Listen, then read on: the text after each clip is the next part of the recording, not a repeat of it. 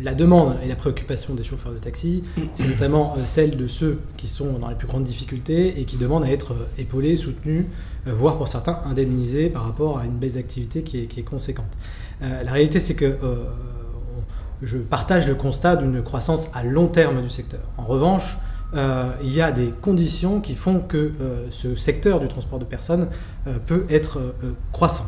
Et les conditions ne sont pas réunies aujourd'hui. D'ailleurs, tous les chiffres montrent que le secteur tout entier ne s'est pas démultiplié, la demande n'a pas été démultipliée autant que l'offre. Et c'est bien là que la crise subsiste. Si la demande avait progressé autant que l'offre, on n'en serait pas dans une situation de crise telle qu'elle est aujourd'hui. J'adorerais qu'on me convainque du contraire, j'adorerais qu'on me présente des chiffres qui le prouvent, mais aujourd'hui ce n'est pas la réalité. Tous les chiffres montrent le contraire, et c'est vrai en France, c'est vrai à l'étranger, c'est vrai à New York, c'est vrai à San Francisco, c'est vrai à Paris. La croissance du marché est restée somme toute modeste. Alors, les chiffres de l'INSEE qui est un organisme relativement fiable, prouvent une croissance de 2,5% en valeur du secteur ces 5 dernières années, alors que l'offre a été multipliée par 2. Nous avons plusieurs milliers de licences de taxi qui aujourd'hui cherchent preneurs, cherchent des chauffeurs. Donc il y a des emplois à créer aussi dans le taxi. Je pense qu'il y a certainement un juste milieu entre la déréglementation totale et entre une réglementation qui était dans le passé certainement trop forte pour le taxi. Il faut trouver le bon équilibre entre la protection des entreprises et des travailleurs et la demande et les exigences des consommateurs qui demandent aussi plus de liberté sur certains sujets. Et la réglementation doit trouver son juste milieu pour préserver les intérêts des travailleurs et des consommateurs. Effectivement, il faut un équilibre entre les intérêts des gens qui font de l'activité de chauffeur de voiture avec chauffeur ou de chauffeur, leurs intérêts d'un côté, les intérêts du consommateur, les intérêts des entreprises du secteur et l'intérêt de l'État, de la collectivité, l'intérêt général de manière générale. Je pense que c'est l'intérêt général qu'il faut préserver. Et je pense que ceux qui peuvent fixer le point d'équilibre sont évidemment le Parlement à travers les lois, le gouvernement dans son programme politique, et avec la contribution des acteurs du secteur qui doivent être entendus. Je pense que c'est là aussi où le travail du médiateur Laurent Canguilhem est à saluer, parce que je pense qu'il a réussi pour la première fois à vraiment rencontrer tous les acteurs du secteur sans en exclure certains, ce qui était parfois le cas dans le passé. Donc ce point d'équilibre est à trouver entre des acteurs qui représentent différentes professions et évidemment le Parlement. C'est pas à Uber, ni au taxi G7, ni à une personne en particulier de définir ce point d'équilibre. Maintenant, moi ce que je constate, et là-dessus je suis d'accord sur le point d'équilibre, je ne suis pas d'accord sur la direction, mais c'est le modèle qu'on défend. Je ne pense pas que le modèle que Uber défend, c'est un modèle de micro-job, d'étudiants peu protégés, précaires, etc. Ces derniers temps, on a montré à travers des rapports extrêmement sérieux, qui sont faits par des économistes de la Toulouse School of Economics, qui a rapporté un prix Nobel à la France, qui sont faits par l'IFOP en termes de sondage, sur la base des chauffeurs existants, où 87% disent « j'ai choisi ce job parce qu'il m'apporte une flexibilité et des revenus stables ». Et pour la première fois, le sentiment et la fierté d'avoir un job dans la société française. Je ne pense pas qu'il s'agit là d'un message de précarité. Beaucoup d'entre eux, c'est des chiffres qui sont au-delà de 70, 80, 90% pour certains, disent pour la première fois, j'ai une capacité de crédit, je peux aller voir une banque, emprunter l'argent, acheter une voiture, une maison. J'ai l'impression de pouvoir décider de mon emploi du temps. On ne parle pas de précarité, on ne parle pas de job d'étudiant, on parle de vrais jobs, des jobs qui sont tout à fait qualifiés, des jobs où au contraire, on a parfois sous-estimé l'importance du service dans ce secteur.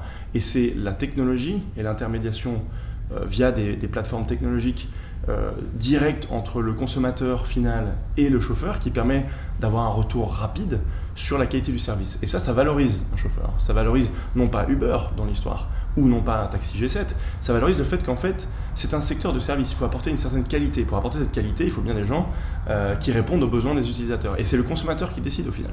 Dans notre vision, à réconcilier à la fois une croissance importante, et j'y reviendrai rapidement, des jobs qui sont tout sauf des jobs précaires. Et je pense que toute personne qui dit qu'un job de VTC est un job de précaire a probablement jamais vraiment posé la question à un VTC.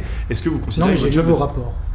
J'ai lu vos rapports et je constate que la majorité des chauffeurs sont des chauffeurs à temps partiel je constate que le revenu horaire des chauffeurs est inférieur au SMIC, voire s'approche du RSA. C'est votre rapport qui le prouve, 19,90 € de l'heure, c'est le chiffre d'affaires. Vous enlevez les charges qui constituent à peu près 10 € de l'heure, vous arrivez à 9 €. Vous enlevez ensuite les impôts, l'imposition pour un auto-entrepreneur, par exemple la cotisation sociale de 23%, vous arrivez à 6 ou 7 €, vous approchez du niveau du RSA. Et le turnover de vos chauffeurs, moi j'aimerais bien connaître le turnover de vos chauffeurs en France, parce qu'aux États-Unis, on a la chance d'avoir eu les chiffres que votre maison mère a bien voulu transmettre à un cabinet de recherche, et on constate qu'un chauffeur sur deux quitte la profession Uber au bout de 6 mois. Le sujet, il est là. Comment est-ce qu'on pérennise les emplois dans le secteur? Au contraire, les taxis, un chauffeur de taxi, il reste en moyenne 10 ans dans le secteur. Je ne suis pas pour non plus revenir sur le passé et dire qu'on doit construire des carrières à 20 ans, à 30 ans. Mais il n'empêche qu'entre 6 mois et 20 ou 30 ans, il y a sans doute un équilibre, et je ne suis pas sûr que vous l'ayez atteint, y compris, enfin, je dirais que c'est également le cas de la réglementation d'il y a 20 ans dans le taxi. Mais ce que vous prenez, le modèle que vous prenez n'est pas celui de job et d'emploi qui permettent de faire vivre un foyer. Et on a besoin en France de créer des emplois, mais qui font vivre, et d'autant plus en banlieue. Les taxis bleus, on est bien placé pour en parler puisque notre siège est à Sevran, dans le 93. On est le deuxième employeur de la ville, le troisième c'est Pôle emploi qui est juste à côté de notre siège, et on sait les difficultés qu'ont les Sevranais et Sevranaises et le département du 93, la banlieue. On sait que leur recherche, c'est des emplois stables. Ce ne sont pas des emplois des jobs qu'on va pratiquer pendant 6 mois, et de toute façon on retournera à Pôle emploi parce que c'est un emploi qui n'est pas rentable sur le long terme si on travaille avec votre plateforme. Alors, vous citez des chiffres américains, là je parlais de la situation en France. Aux États-Unis, l'argumentation dans beaucoup d'États qui a été décidée par les législatures ou le gouvernement est assez différente, et ça varie même d'État en État. Certains des rapports dont vous faites allusion sont pour des chauffeurs qui sont dans des États qui ont adopté une législation où un particulier peut devenir chauffeur en moins de 2 jours. Il se trouve que justement, dans ce genre de cadre réglementaire, vous avez à la fois des chauffeurs qui en font une profession et qui sont tout à fait stables. Et le rapport auquel vous faites allusion montre bien qu'il y a des chauffeurs qui le font de manière stable. Mais il y a aussi, et pour beaucoup, effectivement, des étudiants, des gens qui font ça à temps partiel. C'est à peu près 50% des gens qui font ça à temps partiel. Sur les jobs qu'il y a en France, nos rapports sont très clairs. Les revenus sont ceux que vous avez indiqués. Et en déduisant les charges, on n'est pas du tout en dessous du SMIC. On n'est pas du tout en dessous du SMIC, c'est votre interprétation. Le fait est que si certains chauffeurs s'endettent avec des véhicules très chers parce qu'ils le souhaitent et investissent dans des choses qui ne sont absolument pas nécessaires pour la profession, c'est un problème. Qu'est-ce qu'on peut faire contre ça? Leur apporter une formation, leur apporter de l'information, et surtout, plus encore, plus de concurrence dans la location de véhicules, un système fiscal qui leur permet de déduire leurs charges, ce qui n'est pas le cas pour tous dans le secteur des VTC, comme vous le savez. Donc, en ce qui nous concerne, le turnover, et ce n'est pas un chiffre qu'on révèle en France, mais une étude viendra, de la même manière qu'aux États-Unis, il est confortable et il ne met absolument pas en doute le fait que ce soit des emplois stables et durables. Vous avez quand même près de 2000 chauffeurs qui passent dans nos bureaux du 19e arrondissement chaque semaine. Toute personne qui se donne un petit peu le mal d'y aller et de parler avec les chauffeurs, y compris certains qui sont sur la plateforme depuis 4 ans, ne peuvent pas parler de dumping social ni d'exploitation. On parle tout simplement avec des chauffeurs de VTC parce qu'ils nous contactent, eux aussi veulent rentrer dans un cadre, et dans un cadre qui est celui de la réglementation, y compris les syndicats de VTC. Les syndicats de VTC, comme vous le savez, les syndicats représentatifs des chauffeurs de VTC, non pas ceux des plateformes, se sont rapprochés des syndicats de taxi parce qu'ils veulent trouver un cadre réglementaire qui leur permet de vivre décemment. C'était l'objectif du rapport Thévenoud, notamment à l'époque, de faire en sorte que les métiers qui soient créés soient des métiers dont on puisse vivre dignement. Et je suis désolé de vous le dire, si vous recevez 2000 chauffeurs chaque semaine, c'est bien pour compenser le turnover existant dans la profession de VTC. Beaucoup d'entre eux sont pas des nouveaux chauffeurs, c'est du support. Ben oui, mais vous avez parlé par ailleurs de 500 nouveaux chauffeurs qui vous contactent toutes les semaines, et bien c'est bien pour compenser du turnover. Je demande aujourd'hui à ce qu'on trouve un équilibre. C'est pas à moi de fixer les règles, ni à vous. C'est au groupe de travail qui sont en train de constituer avec Laurent Grand-Guillaume et le secrétariat d'État au transport, les représentants des professions. Mais je pense que ça passera nécessairement par l'instauration d'une réglementation qui ne soit pas aussi drastique que ce qu'on a connu, mais qui permet de préserver aussi le travailleur. Et dans le modèle Uber, c'est le modèle Uber, et c'est ce qui pourrait en découler si on n'impose aucune réglementation au secteur. on prend le risque effectivement d'une exploitation des travailleurs et donc une paupérisation de la profession. Et c'est ce que je voudrais éviter. Je voudrais revenir sur un mot que vous utilisez beaucoup, la substitution. Je pense qu'on voit, nous, dans le monde, on est dans 400 villes dans le monde, qu'en fait, il y a une très grande différence entre certains marchés. Et j'exclurais les marchés américains parce que, effectivement, ce sont des marchés où un particulier peut devenir chauffeur VTC en une journée, parfois même par Internet. C'est le choix des gouvernements de ces États ou de ces villes. Je pense, laissons-leur le choix démocratique d'avoir pris cette décision. Je pense que le maire de New York, Michael Bloomberg, peut être accusé de pas mal de choses, mais en termes d'emploi et de rayonnement de New York, a fait un certain nombre de choses qui sont positives pour la ville. Et dans ce secteur, effectivement, il y a des règles qui ont changé, qui permettent certaines situations. Admettons qu'on ne soit pas d'accord en France, ou en tout cas que le peuple ne soit pas d'accord quand il vote, et qu'on ait une préférence pour un modèle qui soit un peu plus social-démocrate et qui apporte plus de protection. En dehors de cette discussion, il y a une réalité qui est que quand il y a substitution, c'est quand les entreprises de taxi et les chauffeurs de taxi dans l'État en question ou dans la ville en question ont été incapables d'innover suffisamment pour apporter au consommateur ce qu'il demande. Aujourd'hui, que demande le consommateur ?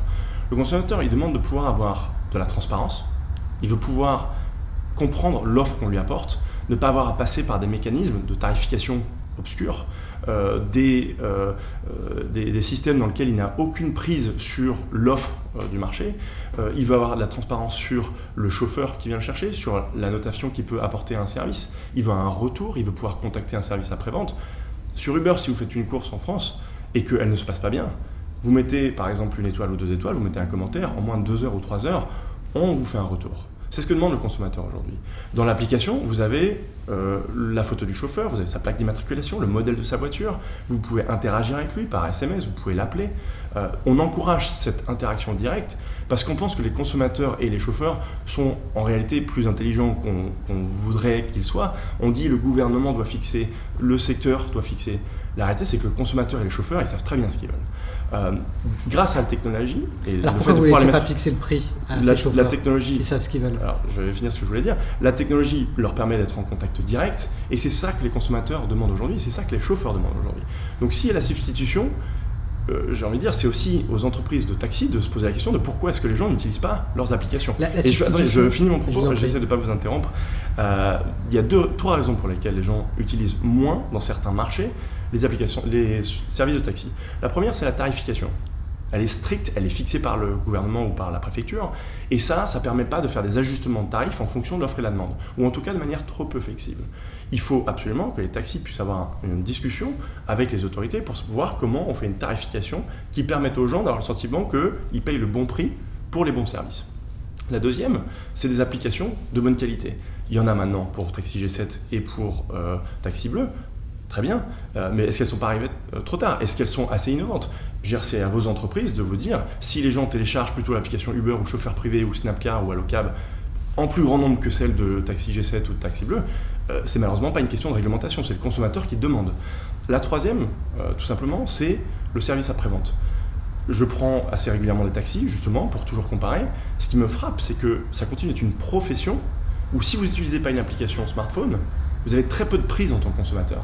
Vous ne savez pas trop quel service on vous apporte, comment vous plaindre, s'il y a quelque chose qui ne va pas, si vous avez perdu un objet, etc. Ah, vous n'utilisez pas Taxi Bleu alors. Il y a des mécanismes, non, je parle des taxis, en tout cas en maraude. Pour le consommateur, c'est pas du tout optimal en 2016 par rapport à ce qui existe via les applications. Pardon, mais on n'a pas attendu Uber pour innover. On a pris, des choix, on a fait des choix qui sont contraires à ceux d'Uber. Quand vous pratiquez des tarifs qui sont avec des multiplicateurs, nous on fait exactement l'inverse, c'est-à-dire qu'on garantit un prix maximum. Ça apporte la transparence. Nous avons pleinement conscience, et l'ensemble du secteur du taxi a pleinement conscience des exigences du client en matière de numérique. Ne vous préoccupez pas de ça. La transparence, la simplicité, la réactivité, tout est mis en branle dans le secteur du taxi. C'est notre vocation d'accompagner le secteur du taxi pour être plus transparent sur les prix, notamment la forfaitisation des compteurs d'approche, le prix maximum garanti, l'enregistrement de la carte bancaire pour être payé automatiquement, etc. Mais il faut que structurellement, les règles soient les mêmes. Et je suis désolé de vous dire et de vous décevoir, mais aujourd'hui, les règles ne sont pas les mêmes pour une entreprise comme la vôtre ou pour les chauffeurs qui sont affiliés, et pour une entreprise comme la nôtre et les chauffeurs qui sont affiliés.